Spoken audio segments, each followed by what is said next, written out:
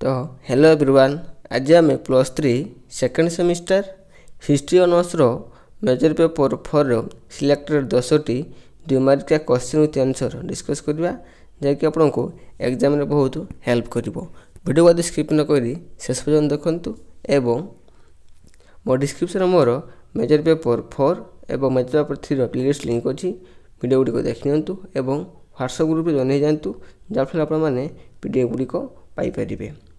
एवं आसतु question discuss करवा।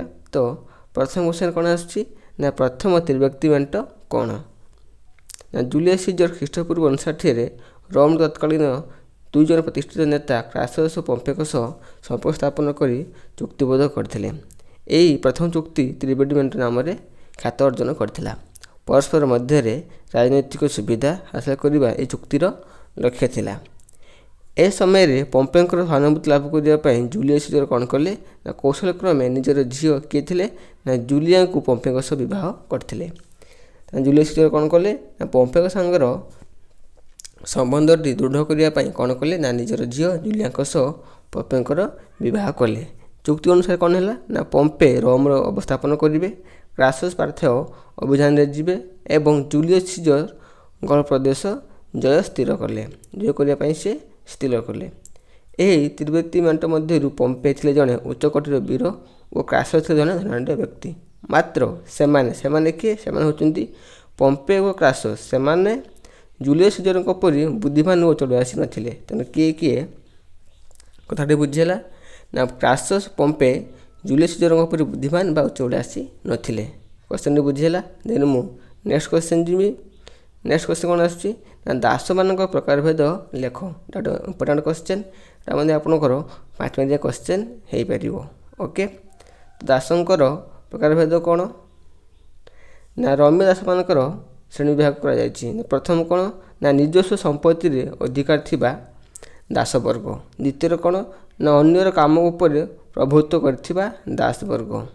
अन्य दंड देवार क्षमता रही दास वर्ग।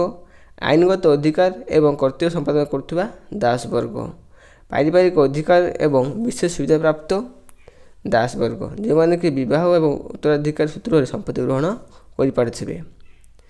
एथरा कौन अच्छी ना अच्छी समाजर सामाजिक स्तर परिवर्तन करने अधिकार प्राप्त होता दास वर्ग। धार्मिक अधिकार प्राप्त दास वर्ग। शेष कौन आसची ना सामरिक अधिकार प्राप्त दास वर्ग जो माने कि गौण सैन्य बाहिनी सेवक रूप नियुक्ति होगापाई अधिकार थिला। यह थिला आपंकर कौन ना दास वर्गर श्रेणी विभाग बा प्रकार भेद। देन नेक्स्ट क्वेश्चन आसवा। नेक्स्ट क्वेश्चन कौन आसची ना नेक्स्ट क्वेश्चन आसची सामंत प्रथार उत्थान किपरि होइथिला। दैट मोस्ट इंपोर्टेंट क्वेश्चन एवं सिलेक्टेड। ना चार्लेमेंक विशाल साम्राज्य खंड विखंड होगा पर पश्चिम यूरोप में अराजकता देखा जाता। जितेबाला चार्लेमेंक विशाल साम्राज्य खंड विखंड है यूरोप में कौन है अराजकता देखा जाता। से समय कौन है ना शत्रु आक्रमण रक्षा पाइबा एवं धन संपत्ति निरापत्ता लोक मैंने जनसाधारण कौन कले ना प्रभावशाली व्यक्ति मान निर्भर कले। राजा को छाड़ी लोक मैंने कौन कले जो मैंने प्रभावशाली लोक थे निर्भर कले। प्रभावशाली व्यक्ति मैंने सामंत मैंने कौन कले राजा भू संपत्ति लाभ कर आश्रित व्यक्ति दास मानू मध्य से बांटी देले। तो प्रभावशाली व्यक्ति मैंने कौन कले प्रभावशाली व्यक्ति मैंने राजा जमी आणिकी जेमे आश्रित थे दास थे से बांटी देले। सामंत मैंने प्रजा मानू प्रदान करते भूमि को फ्यूड कहुए। यहाँ गोटे मोस्ट इंपोर्टेंट शॉर्ट क्वेश्चन जहाँ को यही प्रथा को फ्यूडालिज्म सामंत प्रथा बोली कहुए। बुझीगला। देन नेक्स्ट क्वेश्चन जीवा।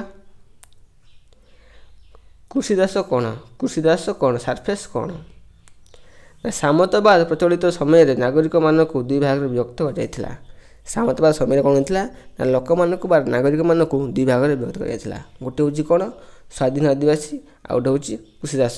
प्रथम हम कौन करवा ना स्वाधीन आदिवासी विषय जाना देन कृषिदास विषय जाना। तो स्वाधीन आदिवासी मान कौन थे ना सैनिक थे बणिक थे व्यवसायी थे कारीगरी कृषिजीवी आदि थे। से कौन करते जीवनयापन प्रक्रिया थिला ना से सामंत अधीन न रही स्वाधीन भाव जीवन निर्वाह कर पारे। आउ कौन ना से इच्छा मुताबक जीवन ग्रहण कर पारे। सामंत आज्ञा बिना से विभिन्न स्थान को जापारे। से किंतु अल्प संख्यक थे କେଉଁମାନେ? ସ୍ୱାଧୀନ ବର୍ଗମାନେ, ଯେଉଁମାନେ କି ସାମନ୍ତଙ୍କ ଅଧୀନ ନଥିଲେ, ତାଙ୍କ ନିଷ୍ପତ୍ତି ସେମାନେ ନିଜେ ନେଉଥିଲେ।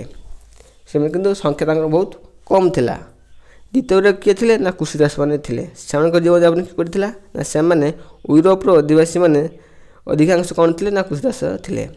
ସେମାନଙ୍କର କୌଣସି ସ୍ୱାଧୀନତା ନଥିଲା। କେଉଁମାନଙ୍କର? ଦ୍ୱିତୀୟ ବ୍ୟକ୍ତି ଯେଉଁମାନେ କୃଷିଦାସ ଥିଲେ। ସେମାନେ ସାମନ୍ତଙ୍କ ପାଖରେ ରହୁଥିଲେ। ସକାଳ ସଞ୍ଜ ସେମାନେ ଜମିରେ ହାଡ଼ଭଙ୍ଗା ପରିଶ୍ରମ କରି ମଧ୍ୟ ତାଙ୍କୁ ଉପଯୁକ୍ତ ଭାବରେ ଖାଇବା, ପିନ୍ଧିବା, ରହିବା ଆଦି ସର୍ବନିମ୍ନ ଆବଶ୍ୟକତା ମିଳିପାରୁନଥିଲା। ସେମାନେ ଅତ୍ୟନ୍ତ ଦୟନୀୟ ଅବସ୍ଥାରେ ଜୀବନଯାପନ କରୁଥିଲେ। ତାକୁ ମଧ୍ୟ ପଶୁତୁଲ୍ୟ ପରିଶ୍ରମ ବୋଲି କୁହାଯାଇଛି। ପ୍ରଭୁଙ୍କ ବିନା ଅନୁମତିରେ ସେମାନେ ଘରୁ ଅନ୍ୟତ୍ର ମଧ୍ୟ ଯାଇପାରୁନଥିଲେ। ଆଉ କ'ଣ? ନା ସେମାନେ ସୀମାହୀନ ଦୁର୍ଦ୍ଦଶା ମଧ୍ୟରେ ଅତ୍ୟନ୍ତ କଠିନ ଓ ଘୃଣ୍ୟ ଜୀବନଯାପନ କରୁଥିଲେ। ଏପରିକି ପ୍ରଭୁଙ୍କ ବିନା ଅନୁମତିରେ ସେମାନେ ବିବାହ ମଧ୍ୟ କରିପାରୁନଥିଲେ। ଜୀବନବ୍ୟାପୀ ସେମାନେ ସାମନ୍ତଙ୍କ ଉପରେ ନିର୍ଭରଶୀଳ ରହିଥିଲେ। ଏଇଟା ହେଉଛି କୃଷିଦାସମାନଙ୍କର ଜୀବନ ପ୍ରଣାଳୀ ଥିଲା। ତ ଏଇଟା ଗୋଟେ ମୋଷ୍ଟ ଇମ୍ପୋର୍ଟାଣ୍ଟ କ୍ୱେଶ୍ଚନ୍। ଏହା ମଧ୍ୟ ଆପଣଙ୍କର 5 ମାର୍କିଆ କ୍ୱେଶ୍ଚନ୍ ହେଇପାରିବ। ଓକେ, ଦେନ୍ ମୁଁ ନେକ୍ସଟ କ୍ୱେଶ୍ଚନ୍ ଯିବା। କୃଷିଦାସ ବା ସାର୍ପେସ୍ ବୁଝିହେଲା। ପ୍ରଥମତଃ ଏ କୃଷିଦାସ ହେଉଛି ଦୁଇ ପ୍ରକାର। ଗୋଟେ ହେଉଛି ସ୍ୱାଧୀନ ଅଧିବାସୀ, ଆଉ ଗୋଟେ ହେଉଛି କୃଷିଦାସ। ଦୁଇ ପ୍ରକାର ଡିଭାଇଡ଼ କରି ମୁଁ କହିଦେଲି। ଦେନ୍ ନେକ୍ସଟ କ୍ୱେଶ୍ଚନ୍ ଯିବା 5କୁ। ରେସୁରେକ୍ସନ୍ର ଅର୍ଥ କ'ଣ? ନା ଭଗବାନ ଯୀଶୁଙ୍କୁ କବର ଦିଆଯିବାର 3 ଦିନ ପରେ। କେତେ ଦିନ ପରେ? ନା 3 ଦିନ ପରେ। ଏଇଟା ସର୍ଟ କ୍ୱେଶ୍ଚନ୍। ଯେଉଁ ସ୍ଥାନରେ ତାଙ୍କୁ କବର ଦିଆଯାଇଥିଲା ତାହା ଖାଲି ପଡ଼ିଯାଇଥିଲା ଦେଖାଯାଇଥିଲା। ଆଉ କ'ଣ? ତାଙ୍କ ଶିଷ୍ୟମାନଙ୍କ ସହିତ ଯୀଶୁ ପ୍ରାୟ 40 ଦିନ ଅତିବାହିତ କରିଥିଲେ। ଏଇଟା ଗୋଟେ MCQ। ସେ ନିଜର କେତେଜଣ ପ୍ରିୟ ଶିଷ୍ୟ ତଥା ମାତାଙ୍କୁ ସେ ଦେଖାଦେଇ ଅନ୍ତର୍ଧାନ ହୋଇଯାଇଥିଲେ। ଏଇଟା ହେଉଛି ରେସୁରେକ୍ସନ୍ର ଅର୍ଥ। ବୁଝିହେଲା। ଯୀଶୁ ତାଙ୍କ ମୃତ୍ୟୁ ପରେ ତାଙ୍କୁ ଯେଉଁଠି କବର ଦିଆଯାଇଥିଲା ସେଠି ମଧ୍ୟ ଫାଙ୍କା ଦେଖାଯାଇଥିଲା। ଆଉ ମଧ୍ୟ ଯୀଶୁ କ'ଣ କଲେ? ନା ତାଙ୍କ ଶିଷ୍ୟମାନଙ୍କ ସହିତ 40 ଦିନ ଅତିବାହିତ କରିଥିଲେ। ତାପରେ ତାଙ୍କର ପ୍ରିୟ ଶିଷ୍ୟ ମାତାଙ୍କ ସହିତ ଦର୍ଶନ କରି ସିଏ ଅନ୍ତର୍ଧାନ ହୋଇଯାଇଥିଲେ। ତାକୁ ଆମେ କ'ଣ କହିଥାଉ? ରେସୁରେକ୍ସନ୍ ବୋଲି କହିଥାଉ। ଦେନ୍ ନେକ୍ସଟ କ୍ୱେଶ୍ଚନ୍ ଯିବା। ଖ୍ରୀଷ୍ଟ ଧର୍ମର ଅବଦାନ କ'ଣ? ଖ୍ରୀଷ୍ଟ ଧର୍ମର ଅବଦାନ କ'ଣ? ନା ସେଣ୍ଟ ପଲ୍ ଖ୍ରୀଷ୍ଟ ଧର୍ମକୁ ଏକ ସୁସଂଗଠିତ ଧର୍ମରେ ପରିଣତ କରିବା ପାଇଁ ପ୍ରୟାସ କରିଥିଲେ। କିଏ? ଖ୍ରୀଷ୍ଟ ଧର୍ମକୁ ସେ ପ୍ରସାର କରିଥିଲେ। ସେଣ୍ଟ ପଲ୍ ସେ ଦି ବୁକ୍ ଅଫ୍ ଆକ୍ଟ ନାମକ ଏକ ପବିତ୍ର ଗ୍ରନ୍ଥ ରଚନା କରିଥିଲେ। ଖ୍ରୀଷ୍ଟ ଧର୍ମର ପ୍ରଚାରକମାନଙ୍କ ମଧ୍ୟରେ ପଲ୍ ସମଗ୍ର ଭାବରେ ରହିଥିଲେ। ଯେଉଁଠାରେ ଖ୍ରୀଷ୍ଟ ଧର୍ମ ପ୍ରଚାର ହେଉଥିଲା, ପଲ୍ କିଏ? ନା ସେଣ୍ଟ ପଲ୍, ଯିଏକି ଦି ବୁକ୍ ଅଫ୍ ଆକ୍ଟ ଲେଖିଥିଲେ। ଯେଉଁଠାରେ ପ୍ରଚାର ହେଉଥିଲା ସେ ଧର୍ମଟି, ସେ ମଧ୍ୟ ସେଠାରେ ଉପସ୍ଥିତ ଥିଲେ। ତାଙ୍କର ମହତ୍ତ୍ୱପୂର୍ଣ୍ଣ ଯୋଗଦାନ ଯୀଶୁ ଖ୍ରୀଷ୍ଟ ଧର୍ମ ପୃଥିବୀର ଅନେକ ଅଞ୍ଚଳକୁ ପରିବ୍ୟାପ୍ତ ହୋଇଥିଲା। ସେ ଖ୍ରୀଷ୍ଟ ଧର୍ମକୁ ଅନେକ ସରଳ, ସହଜ, ଗ୍ରହଣଯୋଗ୍ୟ ଏବଂ ଉଦାର କରିପାରିଥିଲେ। ସେଣ୍ଟ ପଲ୍ ଫଳସ୍ୱରୂପ ଏହା ସୁପ୍ରସାରୀ ହୋଇପାରିଥିଲା ତଥା ଅନ୍ୟ ଧର୍ମର ଲୋକେ ମଧ୍ୟ ଆଦର ସହିତ ଏହି ଧର୍ମକୁ ସେମାନେ ଗ୍ରହଣ କରିଥିଲେ। ତାଙ୍କର ଏହି କାର୍ଯ୍ୟ ଖ୍ରୀଷ୍ଟ ଧର୍ମର ଉନ୍ନତି ଏବଂ ବିକାଶ ପଥରେ ଏକ ବଦାନ ସାବ୍ୟସ୍ତ କରିଥିଲା। ସେଣ୍ଟ ପଲ୍ ପାଲେଷ୍ଟାଇନ୍ ଏବଂ ରୋମର ଅନେକ ଗିର୍ଜା ନିର୍ମାଣ କରିବା ପୂର୍ବକ ଏହି ଧର୍ମକୁ ସେ ସିରିଆ ପର୍ଯ୍ୟନ୍ତ ପ୍ରସାରିତ କରିଥିଲେ। ଆଉ କ'ଣ ହେଇଥିଲା? ନା ସେଣ୍ଟ ପିଟର ଥିଲେ ତାଙ୍କର ଘନିଷ୍ଠ ସହଯୋଗୀ।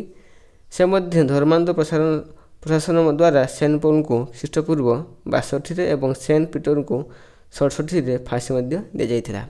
ବାସ୍ତବିକ ଏହି ଉଭୟ ମନୁଷ୍ୟଙ୍କ ରକ୍ତ ହିଁ ଖ୍ରୀଷ୍ଟ ଧର୍ମର ଜୀବନ ପବନ ରୂପକ ସଞ୍ଚୟନ କରିପାରିଥିଲା।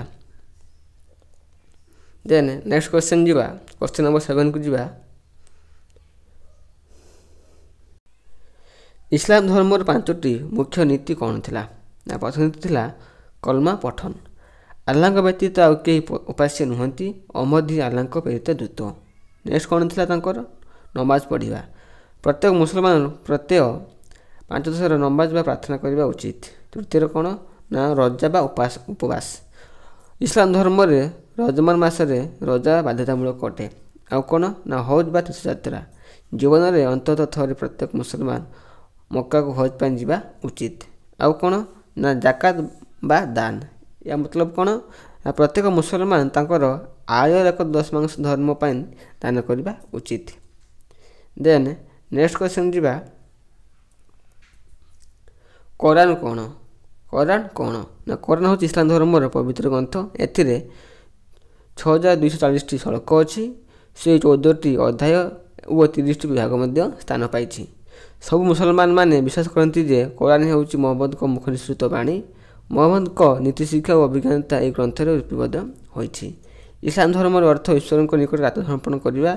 ଇସଲାମ ଧର୍ମାବଲମ୍ବୀମାନେ କୋରାନ ପ୍ରଧାନକୁ ସ୍ୱୀକୃତି କରିଛନ୍ତି।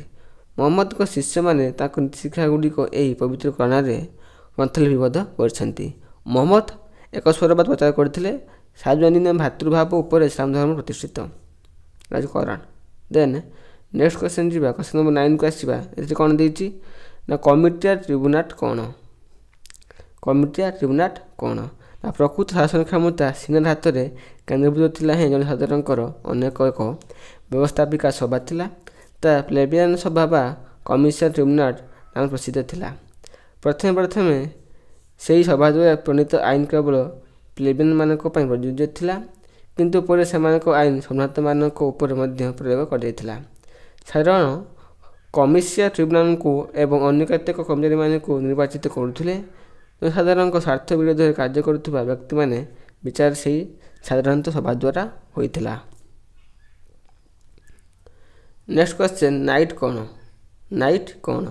ଲୋକମାନଙ୍କର ଧନଜୀବନ ରକ୍ଷା କରି ସୁରକ୍ଷା ପ୍ରଦାନ କରିବା କାର୍ଯ୍ୟ କରିବା ବୀର ଓ ସାହସ ପୁରୁଷମାନଙ୍କର ଅଭ୍ୟୁତ୍ଥାନ ହୋଇଥିଲା। ଦୁର୍ବଳକୁ ରକ୍ଷା କରିବା ଏବଂ ଶତ୍ରୁମାନଙ୍କ ବିରୋଧରେ ଯୁଦ୍ଧ କରିବା ନାଇଟ୍ମାନଙ୍କ ପ୍ରଧାନ କର୍ତ୍ତବ୍ୟ ଥିଲା। ଯୁଦ୍ଧ ସମୟରେ ସେମାନେ ସାମନ୍ତଙ୍କ ସହିତ ଯୁଦ୍ଧକ୍ଷେତ୍ରକୁ ଯାଉଥିଲେ। ଶାନ୍ତି ସମୟରେ ଲୋକମାନଙ୍କୁ ବୀରତ୍ୱପୂର୍ଣ୍ଣ ଖେଳ ଦେଖାଇ ଆମୋଦିତ କରୁଥିଲେ। ସାହସ, ବୀରତ୍ୱ, ନମ୍ରତା ଓ ଆନୁଗତ୍ୟ ଥିଲା ସେମାନଙ୍କର ଭୂଷଣ। ସାଧାରଣତଃ ସାମନ୍ତମାନଙ୍କର ପୁତ୍ର ଓ ଜ୍ଞାତି କୁଟୁମ୍ବଙ୍କୁ ନାଇଟ୍ ଉପାଧି ଭୂଷିତ କରାଯାଉଥିଲା। ନାଇଟ୍ ହେବା ପାଇଁ ଇଚ୍ଛା କରୁଥିବା ଯୁବକମାନେ ସ୍ୱତନ୍ତ୍ର ଓ କଠୋର ତାଲିମ ଦିଆଯାଉଥିଲା। ସେଠି ବିଭିନ୍ନ ଅସ୍ତ୍ର ଚାଳନା, ଯୁଦ୍ଧବିଦ୍ୟା, ଆଶ୍ୱାରୋହୀ, ଶତ୍ରୁମାନଙ୍କୁ ଚିହ୍ନିବା ଏବଂ ବିଭିନ୍ନ ପ୍ରକାର ଯୁଦ୍ଧ କୌଶଳ ମଧ୍ୟ ଆଦି ଶିକ୍ଷା ପାଇବା। ଏଇଟା ହେଉଛି ନାଇଟ୍। ଏହା ଡିଟେଲ୍ସ ଭାବରେ ମୁଁ ଡେସ୍କ୍ରାଇବ୍ କରିଦେଲି। ତ ଏ ଥିଲା ଆପଣଙ୍କର ମେଜର ପେପର 4 ସିଲେକ୍ଟେଡ଼ 10ଟି ଦିମାଗିଆ କ୍ୱେଶ୍ଚନ୍ ଯାହା ମୁଁ ଡିସ୍କସ୍ କଲି। ନିଶ୍ଚିତ ରୂପେ ଭିଡ଼ିଓଟି ଆପଣଙ୍କ ସାଙ୍ଗମାନଙ୍କୁ ସେୟାର କରନ୍ତୁ। ସେୟାର କଲା ପରେ ସେ ଜାଣିପାରିବେ ଭିଡ଼ିଓଟିରେ ଏବଂ ଗୋଟେ ସବସ୍କ୍ରାଇବ୍ କରନ୍ତୁ।